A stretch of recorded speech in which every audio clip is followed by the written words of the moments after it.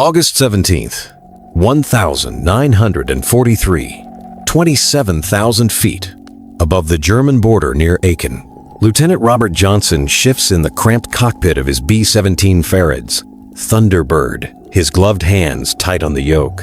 Through the plexiglass nose, Bombardier Captain James McLaughlin counts the formations ahead. 230 flying fortresses stretched across the sky in tight combat boxes, their contrails painting white scars against the blue. The drone of 920 Wright Cyclone engines vibrates through Johnson's chest, a mechanical thunder that should feel reassuring. It doesn't. Pilot to crew, we're crossing into Germany, eyes sharp. The radio crackles back, with acknowledgments from 9 voices scattered through the bomber's aluminum body. Waist gunner Sergeant Mike Kowalski flexes his fingers around the .50 caliber grips, watching the P-47 Thunderbolts weaving above them. Stubby, powerful fighters, but their fuel gauges are already dipping toward red. In 15 minutes, maybe 20, they'll waggle their wings and turn back. Then the bombers will be alone. The target is Schweinfurt, a town 250 miles inside Germany that most of these men couldn't find on a map 3 months ago. But Schweinfurt makes ball bearings, millions of them, and the entire German war machine runs on those precision spheres of steel. Destroy the factories, the intelligence officer said, and you cripple every tank, every aircraft, every gun that Germany produces. It sounded simple in the briefing room. Johnson watches the P-47 seconds. Their leader rocks his wings twice the signal, and the escort fighters peel away in a descending turn, racing back toward England and the only airfields their limited fuel tanks can reach. The bomber stream continues east, alone now. 234 engine aircraft, carrying 2,300 American boys deeper into the heart of Nazi Germany. Pilot to crew, fighters are gone. We're on our own. 60 seconds pass. The sky remains empty except for American bombers and their contrails. Then tail gunner Sergeant Eddie Martinez's voice cuts through the intercom, pitched higher than usual. Bandits, 6 o'clock level, 12, no, 20 of them, coming in fast. Johnson's stomach drops. Through the corner of his eye, he sees them BF 109 seconds and FW 190 seconds, black dots growing rapidly larger. They're not climbing to attack from above like the training film showed. They're level, head-on, coming straight at the formation at closing speeds over 500 miles per hour. Fighters 12 o'clock high, McLaughlin shouts from the nose. Jesus Christ, they're everywhere! The German fighters split into 2 groups. Half climb slightly, positioning themselves directly ahead of the bomber formation. The other half drop low, setting up for a textbook-coordinated attack high and low simultaneously, forcing the B-17 gunners to split their fire. These aren't rookies. This is the Luftwaffe's Jagdgeschwader 26. Veterans who've been perfecting the art of killing American bombers for months. Major Egon Mayer leads the high element, his yellow-nosed Bf 109 G6 pointed directly at the lead bomber group. He's calculated this approach precisely head-on attacks. Give the Americans the smallest target window and exploit the B-17's weakest defensive arc. The bomber's famous tail guns can't touch him here. His 2 13mm machine guns and single 20mm cannon are already aligned with the cockpit of the lead B-17, 800 meters and closing. Stand by, Mayer says over the radio to his staffel. Wait for my tracers. Johnson sees the lead German fighter grow from a dot to a shape to an aircraft with a visible propeller spinner in less than 3 seconds. The nose of the Bf 109 sparkles with muzzle flashes. Tracers arc toward Thunderbird like strings of bright beads. Johnson's co-pilot, Lieutenant Frank Hayes, grabs the yoke alongside him. Hold it steady, Johnson shouts, fighting every instinct to break formation. Bombardier, are you firing? McLaughlin's .50 caliber in the nose is hammering, spent brass casings raining onto his boots. The top turret gunner behind Johnson's head rotates frantically, trying to track 3 fighters at once. The sound is deafening mechanical thunder of engines, the staccato bark of machine guns, the whistle of wind through opened gun ports. Men shouting coordinates and warnings. A line of 20mm cannon shells walks up the right wing of Aces and Eights, the B-17 flying 50 feet off Johnson's starboard wing. The first shell punches through the aluminum skin between the number 3 and 4 engines. The second explodes inside the wing fuel tank. The wing doesn't tear away dramatically. It simply unfolds in a blossom of orange flame, taking the tail with it as the bomber cartwheels out of formation. Johnson catches a glimpse of a figure tumbling from the waist window. No parachute then. Aces and eights drops below his field of vision, trailing fire. Jesus Mary, Mother of Hayes, doesn't finish.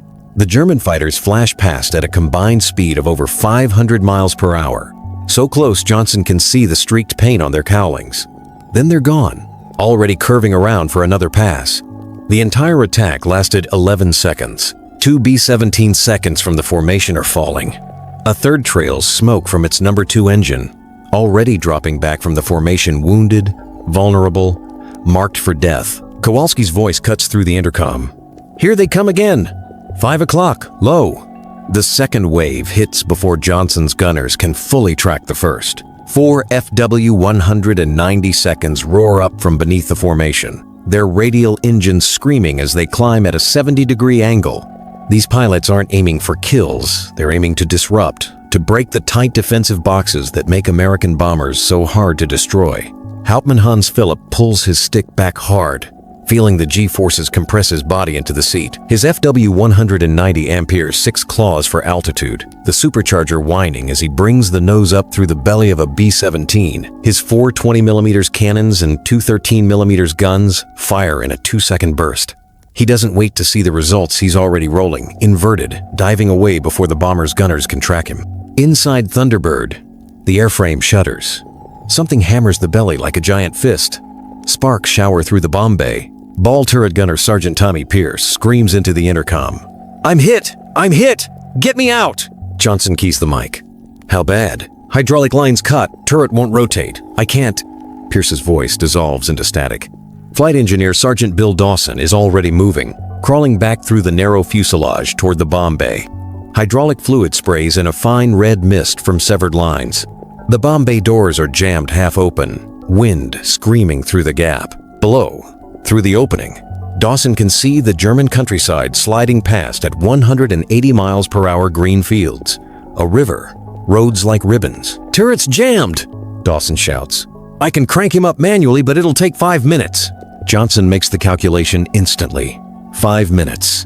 In 5 minutes, they'll hit the next fighter wave, the flak corridor approaching Schweinfurt, the target itself. Pierce will be helpless, suspended in his plexiglass sphere, beneath the bomber with no way to rotate, no way to engage targets, no way to escape if they're hit again. "Do it," Johnson orders. "Fast as you can." The formation presses deeper into Germany.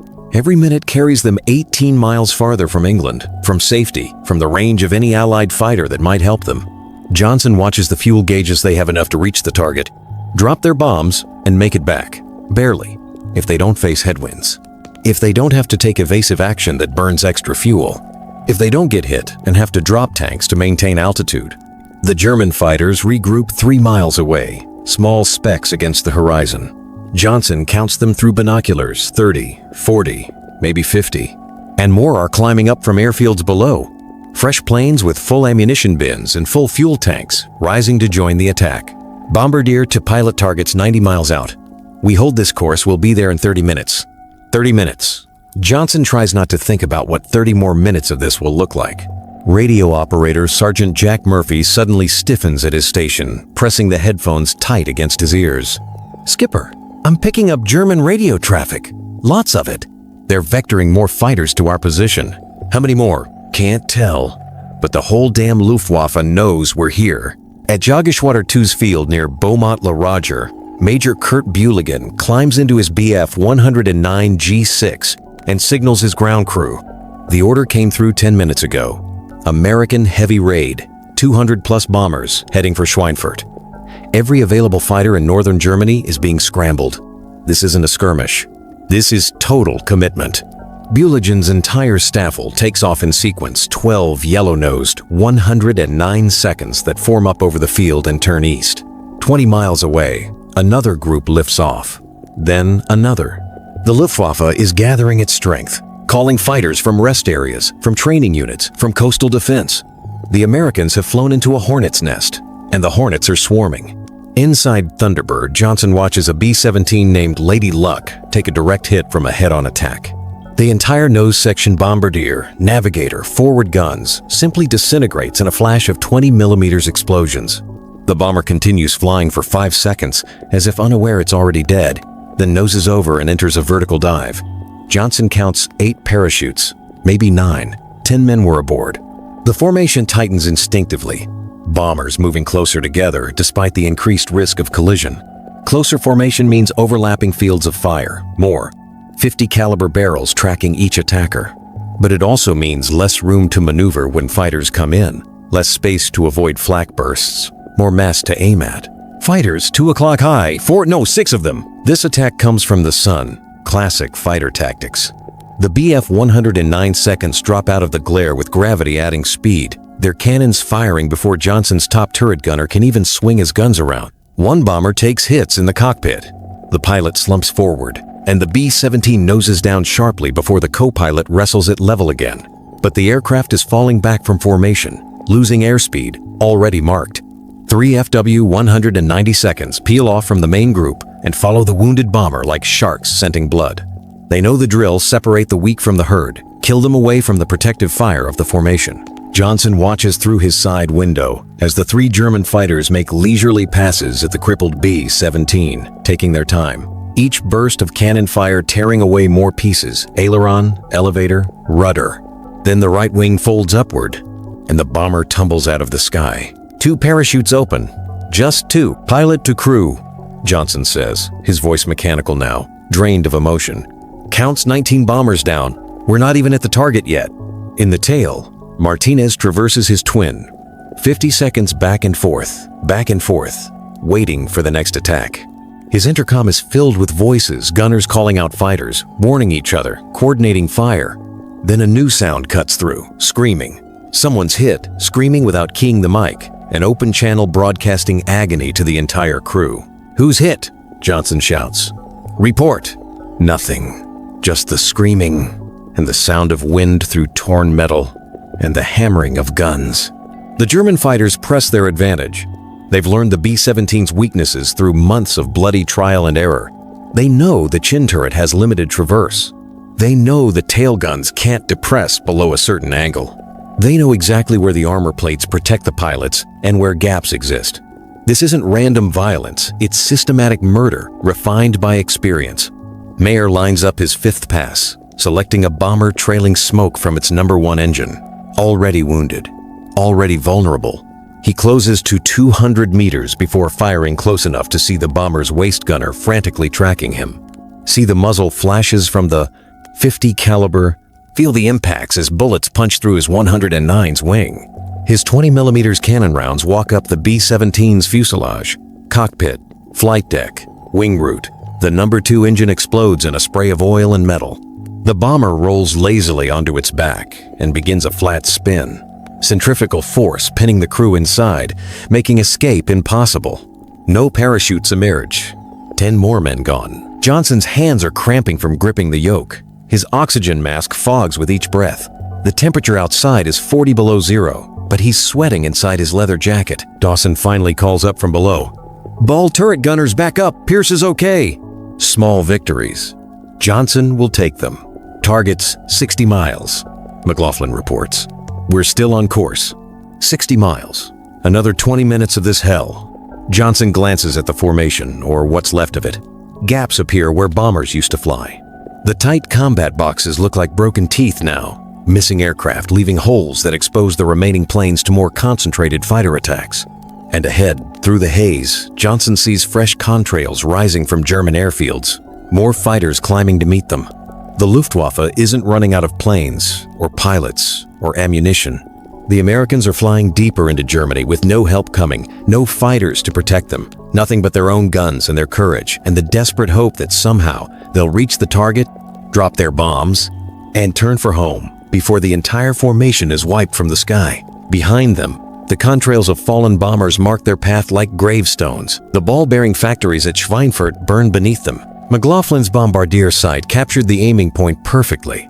The main production hall of the Kugelfischer plant and 36 500-pound bombs tumbled from Thunderbird's Bay at exactly 1,427 hours. Across the formation, 1,600 tons of high explosive rained down on the target in a concentrated 4-minute period. Smoke rises in black pillars, visible for 50 miles. But the price was extraordinary. Johnson banks Thunderbird into the turn for home, falling into position with what remains of his squadron. He counts aircraft. 12 B-17 seconds left from the original 18 that departed England this morning. 6 empty spaces in the formation. 60 men dead, captured, or if they're lucky, hiding in a French farmhouse waiting for the resistance. The intercom is quieter now. The gunners have stopped calling out every fighter, stopped announcing threats. They're exhausted, hands shaking from adrenaline and fatigue, ammunition bins nearly empty. Pierce rotates his ball turret slowly, scanning the sky with mechanical precision. His flight suit is still soaked with hydraulic fluid. Pilot to crew, good shooting, everyone. We're going home. The word home feels premature. They're still 400 miles inside Germany with maybe 30 minutes of fuel reserves if they're lucky. And the Luftwaffe isn't finished. 3 Bf 109 seconds shadow the formation at a distance. Like wolves following a wounded caribou herd. They don't attack, they don't need to. They're simply marking position, radioing coordinates to other fighters. Every German pilot in the area knows the Americans are low on fuel, low on ammunition, their formations shattered. The bombers are most vulnerable now, limping home, desperate to reach England before they run out of sky, or luck, or both. At 1,508 hours, 20 miles west of Schweinfurt, the fighters hit again. They come from above this time, diving out of cloud cover in a coordinated attack. 8 FW 190 seconds, their cannons already firing as they drop through 20,000 feet. Johnson sees a B-17 inches. The low squadron take multiple hits. Cockpit, left wing, tail section. The bomber doesn't explode. It simply stops flying. The nose drops. The aircraft enters a flat spin, and gravity takes over. 3 parachutes blossom. 7 men don't make it out. Fighters breaking off. Martinez calls from the tail. They're reforming, coming back around. But the second pass never materializes. The German fighters waggle their wings and turn east, heading back to their bases. Johnson doesn't understand why until Murphy shouts from the radio station. Skipper! Picking up friendly IF! P-47 seconds, 12 o'clock high! 8 thunderbolts drop out of the sun. Beautiful, stubby American fighters with white stars on their wings. They've flown out to maximum range to meet the returning bombers. Their fuel gauge is already showing red, but they're here. The Luftwaffe pilots see them and make the calculation. Low ammunition, low fuel, fresh American fighters arriving. They break off, conceding this fight. The P-47 leader slides into formation alongside Johnson's cockpit, close enough to see through the plexiglass. The fighter pilot raises a gloved hand, gives a thumbs up. Johnson returns it, though the gesture feels hollow. The Thunderbolts will escort them for maybe 40 minutes before they too must turn back. After that, the bombers will be alone again for the final stretch across occupied France. But those 40 minutes feel like salvation.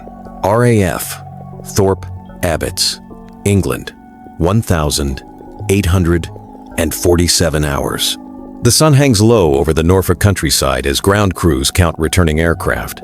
They started counting at 1,800 hours when the first B-17 seconds appeared over the coast.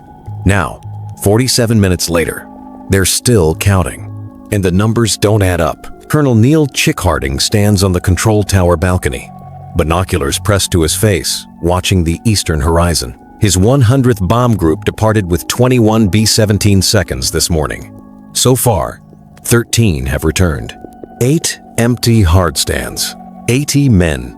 A 14th bomber appears, trailing smoke from 2 engines, its landing gear hanging at an odd angle. The pilot, Harding, recognizes the aircraft number Mugger's Moon, brings it in fast and hard. The B-17 hits the runway, bounces, hits again, and slews sideways as the damaged landing gear collapses. Fire trucks race toward it, but the crew is already scrambling out, dragging wounded with them. 14 back. 7 still missing. At 1,903 hours, a 15th bomber limps in with 1 engine completely gone and 2 more sputtering. At 1,911, a 16th lands with 37 holes in its fuselage, the tail gunner dead at his post. After that, nothing. The sky remains empty as the sun touches the horizon. 7 aircraft lost, 70 men gone from just 1 group. Harding walks through the debriefing room where returning crews gulp coffee laced with bourbon and try to describe what they saw. Their words tumble over each other. Fighters everywhere, nose attacks, bombers falling, parachutes, fire, screaming on the intercom. The intelligence officers write it all down with mechanical efficiency, but Harding can see the recognition in their eyes. This wasn't just a rough mission. This was a massacre. "How many, Colonel?" asks Major Jack Kidd, the group operations officer. Preliminary count is 36. B-17 seconds lost out of 230 dispatched, Harding says quietly. Maybe more. Some aircraft diverted to emergency fields. Some might have made it to Switzerland or Sweden. Kidd does the math silently. 36 bombers, 360 men, in a single mission. The target? Hit hard. Bomb damage assessment shows significant destruction of the ball-bearing plants. Maybe 50% production capacity knocked out. The words hang in the air, 50%, at the cost of 36 aircraft and their crews. Harding tries to calculate the exchange rate. How many bombers can America lose to achieve strategic objectives? How many crews can be fed into this meat grinder before the whole campaign collapses? Across the debriefing room, Johnson sits with his crew, hands wrapped around a mug of coffee he hasn't touched. McLaughlin is describing the target run to an intelligence officer, his words coming fast and disconnected. Pierce still has hydraulic fluid in his hair. Martinez stares at nothing. "You okay, Lieutenant?" Harding asks, stopping at their table. Johnson looks up slowly. "We made it back, sir. Some didn't. You did good work today. All of you." Johnson nods but doesn't respond. What is there to say? They dropped their bombs. They survived. They'll fly again in 3 days or a week. And more crews won't come back. And the war will grind forward, consuming men and aircraft in pursuit of strategic objectives that sound reasonable in briefing rooms and insane at 27,000 feet over Germany. Washington, D.C., August 19th, 1943. Pentagon, Office of the Commanding General, Army Air Forces. General Henry Hap Arnold reads the mission report for the third time, hoping the numbers will somehow change. They don't.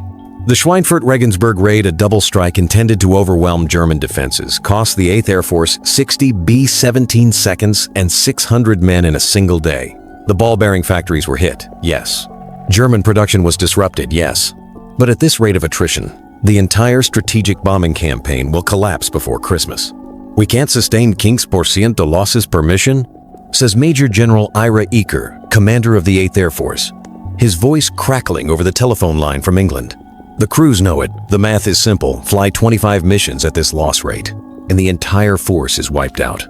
Arnold stares at the wall map showing German fighter bases dotting occupied Europe like a rash. The problem is obvious. American bombers can reach any target in Germany, but American fighters can't. The P-47 Thunderbolts have a combat radius of 230 miles, barely enough to reach the German border. The instant the escorts turn back, the Luftwaffe swarms. "What about the P-38 Lightning?" Arnold asks. "Range problems. Engine reliability problems. It's better than nothing, but it's not the answer." And the British? Spitfires have even less range than our P-47 seconds. They're defensive interceptors, not long-range escorts. Arnold sets down the report and picks up another file, preliminary specifications for a fighter called the P-51 Mustang. It's been in service with the RAF for low-level reconnaissance work, powered by an Allison engine that performs poorly at high altitude. But there's a note clipped to the file from someone at North American Aviation. What if we fit it with a Merlin engine? The Rolls-Royce Merlin. The same engine that powers the Spitfire. High-altitude performance. Proven reliability. Arnold does quick calculations in his head if the P-51's range is as good as preliminary tests suggest. And if the Merlin engine solves the altitude problem, then maybe there's an answer. "We need long-range fighters," Arnold says. "Without them, we're sending crews to their deaths." "I know that, Hap. But we don't have long-range fighters." "Then we build them. Fast. Because I'm not sending another 600 men to die over Schweinfurt." But the wheels of military procurement turn slowly. Design modifications, engine swaps, testing, production ramp-up, pilot training, even on an accelerated timeline. It will be months before significant numbers of long-range fighters reach operational squadrons in England. Months of missions, months of losses, Months of sending bomber crews deep into Germany with no protection beyond their own guns. Arnold makes a decision. Cancel all deep penetration raids until further notice. No more missions beyond P-47 range. Sir, that means we can't hit targets inside Germany. That's the whole point of the strategic bombing campaign. I'm aware, but I'm not going to bleed the 8th Air Force white for ball-bearing factories. We'll hit targets in France, in Belgium, in Holland, anywhere our escorts can reach. The deep targets will have to wait. The decision saves lives in the short term, but it also cedes the initiative to Germany, giving their factories time to recover, time to disperse production, time to strengthen defenses. The pause is temporary, Arnold knows. Eventually, the bombers will have to go back to Schweinfurt, back into the heart of Germany. And without long-range escort fighters, the result will be the same: slaughter. October 14th, 1943, 0547 hours. RAF Thorpe Abbotts. The wake-up call comes early. Flashlights cutting through the darkness of the Nissen huts where crews sleep in narrow bunks. Johnson rolls over, disoriented for a moment, then remembers. Mission day. He's flown 17 missions since Schweinfurt in August, 17 times into Germany and back. Each time a little more worn down, a little more aware of the odds catching up. Briefing in 30 minutes. The charge of quarters announces, full combat load, maximum effort. Maximum effort. That means every flyable aircraft, every available crew. Johnson pulls on his uniform in the cold pre-dawn air and walks through the fog to the mess hall where powdered eggs and coffee wait. The mood is subdued. No one jokes anymore. Not before missions. The new replacements, fresh-faced kids who arrived last week, try to ask questions, but the veterans just eat in silence. The briefing room fills with smoke and nervous energy. Men crowd onto benches. Flight crews group together, watching the curtain that covers the wall map. That curtain hides their fate. A short string leading to a French target means maybe you'll see dinner. A long string penetrating deep into Germany means you'll be lucky to see England again. Colonel Harding enters. The room goes quiet. Gentlemen, the target for today is... He pulls the curtain aside. The red string stretches from England across occupied Europe, crossing the German border, driving deep, so deep, into Bavaria. The string ends at a familiar name. Schweinfurt. The room erupts. Voices raised in disbelief, anger, resignation. They're going back. Back to the target that cost 60 bombers 8 weeks ago. Back to the hornet's nest. Settle down, Harding's voice cuts through the noise. I know. Believe me, I know. But intelligence indicates the ball-bearing plants have recovered production capacity. We hit them again, we hit them hard, and we crippled German industry for months. The same promise as last time, the same strategic rationale. But everyone in this room knows men who died over Schweinfurt in August. Everyone has seen the empty bunks, the personal effects shipped home, the letters that start with, "We regret to inform you. Weather will be clear over the target," the meteorology officer reports. Visibility 10 miles, no cloud cover. No cloud cover means no place to hide. Fighter escort will accompany you to the German border, the operations officer continues. P-47 seconds will pick you up on the return leg at the same point. Estimated time without fighter cover, 90 minutes. 90 minutes. An eternity. Johnson sits with his crew, watching them process the information. Hayes, his co-pilot, stares at the map with the intensity of a man doing calculations he doesn't like the answer to. McLaughlin fidgets with his bombardier's manual. Pierce looks like he might be sick. Projected losses? Someone asks from the back. A pause. Then Harding says quietly, "Acceptable." The word hangs in the air like a curse. Acceptable to who? To the generals in Washington? To the strategic planners who measure success in destroyed factories and tons of bombs dropped? Acceptable doesn't mean what it means up here, at 25,000 feet, where acceptable losses translates to friends burning alive and falling bombers. At 0914 hours, the bombers begin taking off. Johnson guns Thunderbird's engines, feeling the overloaded aircraft lumber down the runway, fuel tanks topped off. Bomb bay crammed with high explosives, ammunition bins full. The B-17 claws its way into the air reluctantly, protesting every foot of altitude gained. The formation assembles over the English countryside, 291 B-17 seconds from multiple groups, organizing themselves into combat boxes. They turn east, climbing steadily, crossing the channel where the water looks cold and gray and very far below. At 1,035 hours, they cross the Dutch coast. Flak bursts begin appearing, black puffs of smoke that bloom and fade, probing for the formation's altitude. One bomber takes a direct hit, the shell detonating inside the bomb bay. The aircraft vaporizes in a flash of orange light. No parachutes, no debris, just a rapidly dispersing cloud of smoke where 10 men existed a second ago. The P-47 Escorts weave above the bomber stream, their stubby silhouettes reassuring. But Johnson watches their fuel gauges in his mind's eye, counting down the minutes until they turn back. 60 minutes to the German border. Then 45. Then 30. At 1,127 hours, the P-47 leader waggle his wings, the signal and the escorts peel away, racing back toward England and safety. The bombers continue east, alone. For 11 minutes, nothing happens. The sky remains empty, except for contrails and distant flak. Then Martinez's voice cuts through the intercom. "Bandits, 6 o'clock high! Jesus, there's 100 of them!" Johnson looks back through the cockpit side window. The sky behind them is filled with German fighters, not groups of 10 or 20, but an entire Luftwaffe armada. Bf 109 seconds, FW 190 seconds, and new twin-engine Bf 110 seconds, mounting 30mm cannons specifically designed to destroy heavy bombers. They're organizing themselves, forming up for coordinated mass attacks. The Luftwaffe has learned from August. They know the Americans are coming back to Schweinfurt. Every available fighter in Germany has been scrambled and vectored to this corridor of sky, and they intend to annihilate the American raid. Major Egon Mayer, who survived the August raid and has since been promoted, leads his group into attack position. His orders are simple: destroy as many bombers as possible before they reach the target. The Reichsmarschall himself has declared that Schweinfurt must not be bombed again. Every fighter in Germany has been authorized to ram American bombers if necessary. This is total commitment. This is existential. Mayer selects a bomber in the lead formation and pushes his throttle forward. Behind him, 50 more fighters follow in a coordinated head-on attack, their combined firepower designed to simply overwhelm the bomber's defensive guns.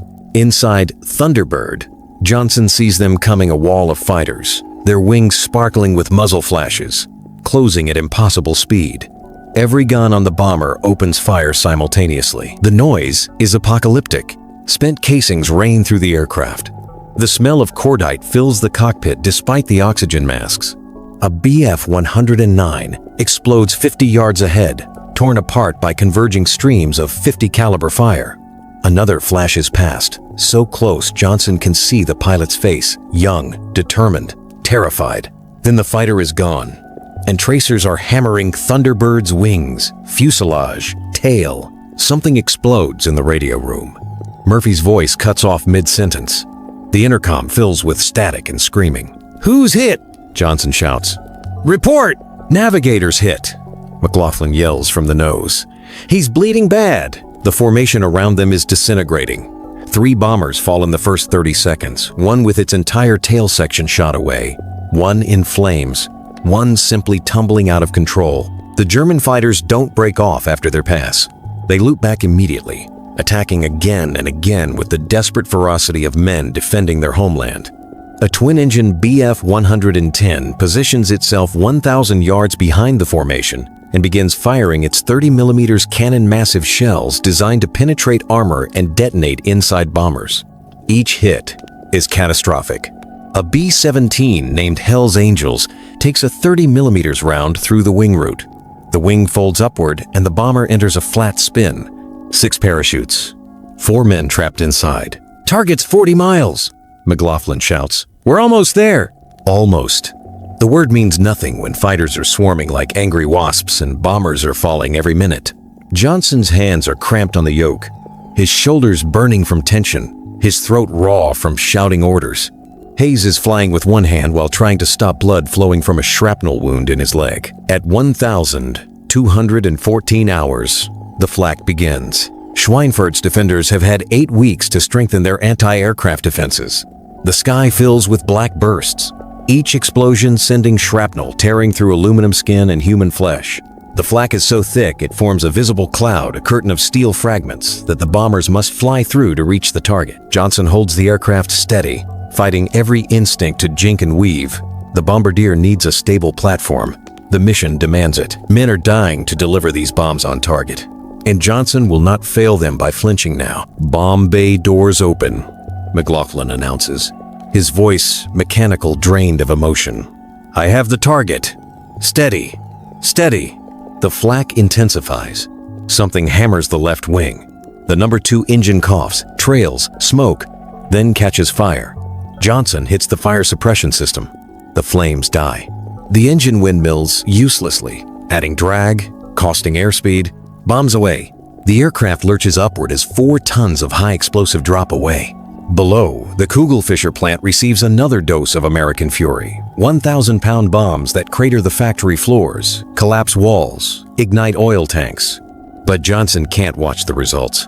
He's already banking away, trying to form up with what remains of the formation. He counts bombers. His squadron launched with 18 aircraft. 11 are still flying, 7 gone, and they still have to fight their way home. The return flight is a running battle that lasts 2 hours. German fighters harry the formation relentlessly, focusing on damaged bombers that fall behind. Thunderbird limps westward on 3 engines, bleeding hydraulic fluid and fuel from a dozen holes. Johnson watches a B-17 named Birmingham Blitzkrieg take repeated hits from a persistent FW-190. The bomber's right wing erupts in flames. The pilot holds it level for 30 seconds, long enough for 6 men to bail out. Then the wing folds, and the aircraft cartwheels into the German countryside. At 1,427 hours, 60 miles inside Germany, the P-47 seconds finally arrive. 8 thunderbolts diving out of the sun, their presence scattering the German fighters like a stone thrown into a flock of crows. The Luftwaffe pilots break off reluctantly, their ammunition exhausted, their fuel gauges showing red. The bombers continue west, escorted now, relatively safe. But the damage is done. Johnson lands Thunderbird at 1,603 hours. The crippled bomber touching down hard, 1 tire blown, hydraulics failing. Fire trucks chase them down the runway. The crew evacuates quickly, dragging the wounded navigator still alive, barely out through the waist gun positions. The parking hardstand looks like a scrapyard. Holes in the wings, tail, fuselage. The number 2 engine is blackened wreckage. The ball turret is deformed from a 20mm hit that somehow didn't penetrate. Pierce stands beneath it, staring at the dent that should have killed him, his hand shaking. Ground Crew Chief Master Sergeant Vincent Caruso walks around the aircraft slowly, counting damage, shaking his head. "Sir, she's done. This bird won't fly again." Johnson nods numbly.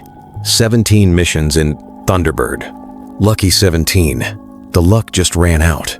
Across the airfield, the counting continues. The 100th Bomb Group launched 21 bombers this morning. 12 returned, 9 gone, 90 men. At debriefing, the numbers crystallize into horror. Of 291 B-17 seconds dispatched to Schweinfurt, only 231 returned. 60 bombers lost. 600 men dead, wounded, or captured. Another 17 bombers damaged beyond repair. The single highest loss rate of any 8th Air Force mission to date. They're calling it Black Thursday. Colonel Harding stands before the exhausted crews and tries to find words that don't exist. You did your duty today. You hit the target. You proved American courage. But, he pauses, and in that pause, everyone understands what comes next. No more deep penetration missions until further notice. We can't sustain this. The official word comes down from 8th Air Force headquarters within 24 hours. All missions beyond fighter escort range are suspended indefinitely. The strategic bombing campaign, the effort that was supposed to cripple German industry and win the war from the air, has been stopped cold by German fighters in simple mathematics. At current loss rates, the 8th Air Force will destroy itself before it destroys Germany. Wright Field, Dayton, Ohio. October 20th, 1943.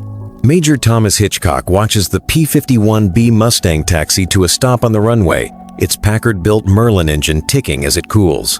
The aircraft is beautiful, sleek, purposeful, with lines that suggest speed even when standing still. But beauty doesn't win wars. Performance does. Hitchcock has been advocating for the P-51 for months, fighting bureaucratic resistance and skepticism. The original Mustang, with its Allison engine, was a disappointment at high altitude, exactly where bomber escort duty happens. But fit it with a British Merlin engine and suddenly you have something extraordinary. Test pilot Bob Chilton climbs out of the cockpit, pulling off his leather helmet. "Well, range?" Hitchcock asks. "With drop tanks? We're looking at 850 miles combat radius. Maybe more." Hitchcock does the math in his head. 850 miles. That's London to Berlin and back with fuel to spare. That's everywhere the bombers need to go with fighters flying cover the entire way. Speed at altitude? 440 miles per hour at 25,000 feet. She'll run down anything the Luftwaffe has. And the handling. Chilton grins. She turns inside a 109, accelerates better than a 190, and climbs like a homesick angel. It's the best fighter I've ever flown. Hitchcock allows himself a moment of satisfaction. This is it. This is the answer to Black Thursday, to Schweinfurt, to every bomber crew flying unescorted over Germany. But enthusiasm and test results aren't enough. He needs production numbers. He needs aircraft in England. He needs them yesterday. How fast can North American ramp up production? They're projecting 400 aircraft per month by March. But that's assuming no delays, no material shortages, not fast enough. Hitchcock cuts him off. "We're losing 60 bombers in a single mission.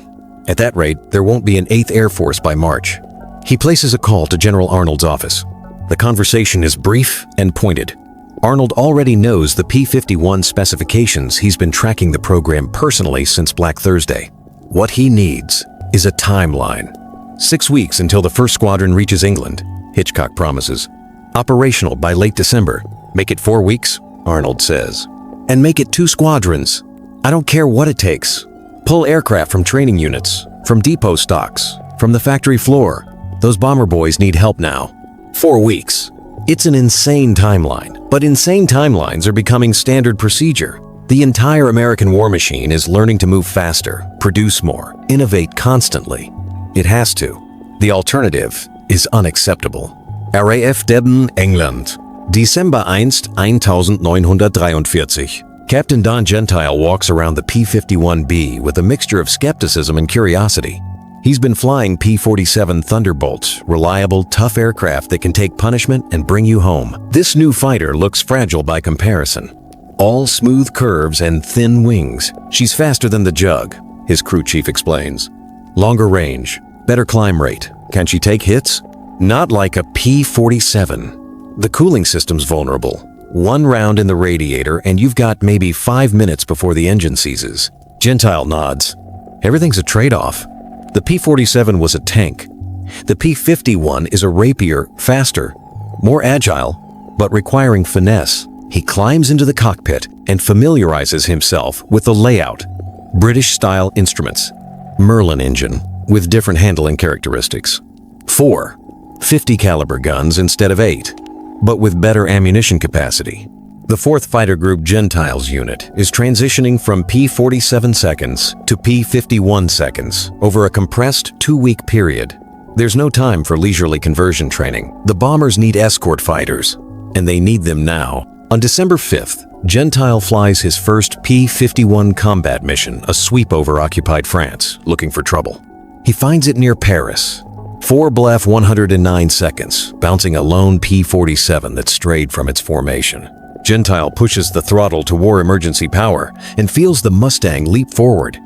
The acceleration is breathtaking, nothing like the P-47's gradual buildup. He closes on the German fighters in seconds, selecting the trailing 109. The German pilot never sees him coming. Gentile fires a 2-second burst from 300 yards. The 50 caliber rounds walk up the 109's fuselage, shattering the canopy, killing the pilot. The fighter rolls inverted and dives toward the ground, trailing smoke. The other 3 German pilots see their companion fall and immediately scatter. Gentile chases one through a series of violent turns, and here's where the P-51 shows its superiority. The Mustang turns inside the 109, holds the turn without losing energy, and positions Gentile perfectly for a deflection shot.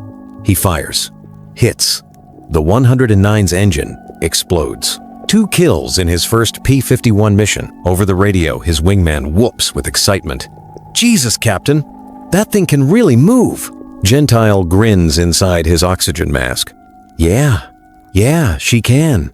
Back at Deben, the intelligence officers want every detail. How did the P-51 handle? What were the performance characteristics? Did the Germans react differently to the new fighter? They ran, Gentile says simply. The 109 seconds tried to dive away, but we stayed with them. The 190 seconds tried to turn, but we turned them. They've got nothing that can match this aircraft in a dogfight. Word spreads quickly through the fighter groups. The P-51 isn't just a long-range escort, it's a superior fighter in every regime of flight. Fast enough to catch anything, agile enough to outturn anything. And with drop tanks, it has the range to go anywhere.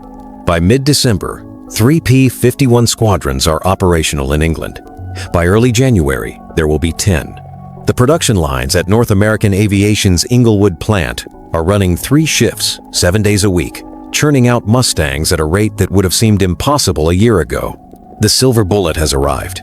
Now it just needs to prove itself where it matters most. Over Germany, protecting the bombers, hunting the hunters. March 4th, 1944, 0623 hours, RAF Debden. Captain Don Gentile stands in the pre-dawn cold, watching ground crews arm his P-51B Shangri-La. The armorers feed belts of 50 caliber ammunition into the wing gun's armor, piercing, incendiary, tracer, a mix designed to destroy aircraft and demoralize pilots. Beneath the wings, 2 108-gallon drop tanks hang like silver teardrops. Those tanks are the key to everything. They carry enough fuel to escort bombers all the way to Berlin. Berlin. The word carries weight. The German capital. The heart of the Third Reich. 600 miles from England, through some of the most heavily defended airspace in the world. For 2 years, Berlin has been untouchable during daylight hours, too far for fighters, too costly for unescorted bombers. But today, that changes. In briefing rooms across East Anglia, 660 bomber crews receive the same target information. The red string on the map stretches from England to Berlin, the longest, deepest penetration mission ever attempted. And for the first time, fighters will escort them the entire way. 73 P-51 Mustangs from the 4th and 354th Fighter Groups. Not enough to guarantee safety, but enough to make the Luftwaffe pay a terrible price for every bomber they touch. At 0745 hours, the bombers begin taking off B-17 seconds and B-24 seconds climbing into the gray dawn, organizing themselves into combat boxes. At 0812, Gentile leads his flight of 4 Mustangs off Debden's runway. The P-51 accelerates smoothly, lifts cleanly, and climbs toward the assembling bomber stream. The sight still takes Gentile's breath away. Over 600 heavy bombers stretching across the sky in precise formations, their contrails painting white lines against the blue. This is American industrial might made visible thousands of tons of aircraft and bombs and fuel and ammunition, all focused on a single target. Falcon leader to Falcon flight, form up on me. We've got bombers to protect. The Mustangs slide into escort position above and behind the bomber stream. At 0844, the entire formation turns east and begins the long journey to Berlin. Jagdgeschwader 26 Airfield, Northern France, 0903 hours. Hauptmann Johannes Mackie Steinhoff walks to his Bf 109 G6, trying to calculate odds he doesn't want to think about. The Geschwader lost 15 pilots last month. Replacements arrive weekly boys with barely 100 hours flight time, most of whom die within their first 5 missions. The experienced pilots are exhausted, flying 3 or 4 sorties per day, outnumbered on every mission. And now the Americans have a new fighter. The intelligence briefings call it the P-51 Mustang, long range, high performance, appearing in increasing numbers. Steinhoff has encountered them twice, both times. The Mustangs demonstrated superior speed and turning ability. His squadron lost 3 aircraft in those encounters without shooting down a single American. The scramble order comes through at 0918. American heavy raid, 600+ bombers heading for Berlin. All available fighters to intercept. Steinhoff climbs into his 109 and starts the Daimler-Benz engine. Around him, 23 other fighters start up all that remain of a unit that once fielded 50 aircraft. The Jagdgeschwader takes off and turns east, climbing to intercept altitude. At 1027 hours, they spot the bomber stream. Steinhoff's breath catches. He's seen large American formations before, but nothing like this. The sky is filled with bombers, layer upon layer of 4-engine aircraft in tight combat boxes, their contrails forming a cloud that stretches from horizon to horizon. And weaving above them, small cruciform shapes catch the sunlight. Fighters, American fighters, dozens of them. Achtung, American escorts at 12 o'clock high, Steinhoff radios, Mustangs. His squadron spreads out, positioning for a coordinated attack on the bomber stream. But before they can commit, the American fighters drop out of the sun like stooping hawks. Gentile sees the German formation organizing below 20-plus Bf 109 seconds, setting up for a bomber attack. He rolls inverted, pulls through, and dives, his 3 wingmen following. The Mustang accelerates past 450 miles per hour in the dive, the airframe shuddering slightly but holding solid. Falcon lead engaging. Bandits below. The Germans see them coming and break formation, each pilot reacting individually, some diving, some turning, some trying to maintain attack position on the bombers. It's a mistake. In breaking formation, they lose mutual support. They become individuals against a coordinated team. Gentile selects a Bf 109 that's turning hard left, trying to escape. He leads the target, accounting for deflection and closure rate, and fires a 3-second burst. The 50 caliber rounds converge on the 109's wing root. The wing folds upward, and the German fighter tumbles out of control. Splash 109. His wingman, Lieutenant Willard Millikan, calls out his own kill 10 seconds later. Then another Mustang pilot announces a victory. The German formation disintegrates, pilots fleeing in all directions, abandoning any attempt to attack the bombers. This is new. This is different. For 18 months, German fighters have dominated the skies over their homeland, attacking American bombers with relative impunity. Now, suddenly, they're the ones running. They're the ones being hunted. Steinhoff pushes his throttle to maximum power and dives toward cloud cover, a Mustang locked onto his tail. Tracers flash past his canopy. He jinks hard right, then left. But the American stays with him through every maneuver. The P-51 is faster, more agile, and the pilot knows exactly what he's doing. A cannon shell, no.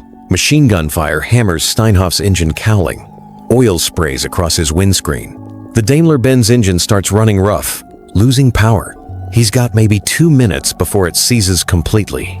Steinhoff rolls inverted and pulls through into a split S, diving for the deck. The Mustang follows briefly, then breaks off probably low on fuel, or sees another target, or decides one damaged 109 isn't worth the chase. Steinhoff doesn't care. He's alive.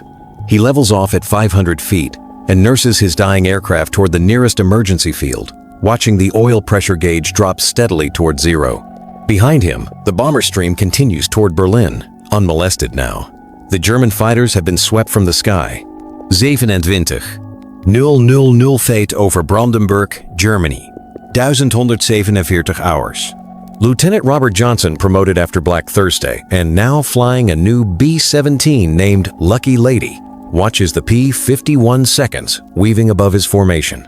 For 6 months, he's flown missions into Germany knowing that at some point the escorts would turn back and the Luftwaffe would attack. That moment of abandonment, when the friendly fighters waggle their wings and disappear, has haunted every mission. Today, the P-51 seconds don't turn back. They're still there at the German border, still there over Brunswick, still there as the bomber stream approaches Berlin. The escorts have been flying for 3 hours, and they're still here, silver shapes catching the sunlight as they patrol above the vulnerable bombers. Pilot to crew, fighters are staying with us all the way to the target. The intercom fills with disbelieving responses. After months of flying unescorted over Germany, the idea of fighter protection over the target itself seems almost miraculous. The flak begins at 1,203 hours intense, accurate, filling the sky with black bursts. But there are no German fighters pressing attacks through the flak. No mass formations of Bf 109 seconds diving out of the Sunday. No FW 190 seconds making head-on passes. The Mustangs have cleared the sky. Bomb bay doors open, the bombardier announces. I have the target. Berlin spreads below the Reichstag, the Brandenburg Gate, the industrial complexes that feed the German war machine. Johnson holds Lucky Lady steady through the flak, trusting his bombardier, trusting his crew, trusting the P-51 seconds above to keep the German fighters at bay. Bombs away! The aircraft lurches upward. Below, 1,600 tons of high-explosive rain down on Berlin. The first American bombs to hit the German capital during daylight hours. A psychological blow as much as a physical one, proof that nowhere in Germany is safe, that American air power can reach anywhere, anytime. The formation turns west, beginning the long journey home, and the P-51 seconds stay with them, all the way out of Germany, across Holland, over the Channel, until the white cliffs of Dover appear on the horizon. Johnson lands at 1,447 hours. He's been in the air for 7 hours. The mission cost 9 bombers, 9 compared to 60 at Schweinfurt. The difference is obvious. The difference is salvation. At debriefing, Johnson tries to articulate what the day meant. It's like, we've been fighting with one hand tied behind our backs for 18 months. Today, both hands were free. Today, we had a chance. Jagdgeschwader 26 Airfield, 1,612 hours. Steinhoff's damaged Bf-109 sits on the grass beside the runway. Its engine seized, oil dripping from the cowling. He walks away from it slowly, helmet in hand, exhausted beyond measure. Across the field, 3 other aircraft from his squadron have returned. 24 took off. 4 came back. 20 pilots gone and a single mission killed, bailed out over enemy territory, or crashed attempting emergency landings. The Geschwader commander calls an emergency meeting that evening. The pilots gather in a smoke-filled room. 19 men where 50 should be. The commander's face is gray. The Americans have achieved air superiority, he says quietly. Their new fighters are superior to ours in every respect. They have numbers we cannot match, and they will return tomorrow, and the day after, and the day after that. No one argues. The truth is self-evident. We continue fighting because those are our orders, the commander continues. But understand the strategic situation has changed. We are no longer hunters. We are now the hunted. The words hang in the air like a death sentence. For 2 years, Luftwaffe pilots have dominated European skies, shooting down Allied aircraft with comfortable superiority. Now, in the span of 3 months, the tables have completely turned. The P-51 Mustang has appeared in numbers that grow with every mission, flown by increasingly experienced pilots, ranging across Germany without restriction. The hunters have become prey, and the Americans are just beginning.